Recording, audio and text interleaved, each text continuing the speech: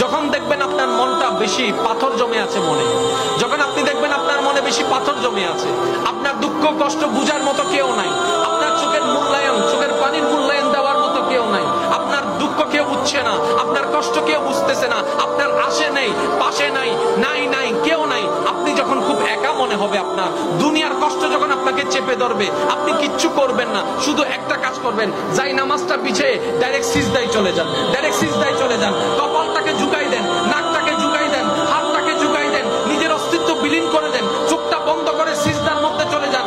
আল্লাহর ওয়াস্তে করে বলছি, কিচ্ছু পড়া লাগবে না, শুধু সিজদার মধ্যে পড়তে থাকেন, সিজদায় পড়ে থাকেন, কান্না করতে থাকেন। ওনাকে বুঝান যিনি আপনি না বললেও সবকিছু বুঝে, ওই রবকে জানান যিনি আপনি না জানেলেও সবকিছু জানে। দুনিয়ার মানুষ তো আজকে বললে কালকে চুপ উল্টাই ফেলে, ব্ল্যাকমেইল করতে শুরু করে, রব তো সবকিছু জানার পরও দোষ গোপন করে রেখেছে। ওই রবের দরবারে সবকিছু বলতে থাকেন, 1 মিনিট, 2 মিনিট, 3 মিনিট, দেখবেন আপনার সমস্যা তখন সমাধান না হলো অন্তরে এমন একটা শান্তি লাগবে যেটা আপনার পৃথিবীর কোথাও কোনো খুঁজে পাবেন না। সুবহানাল্লাহ।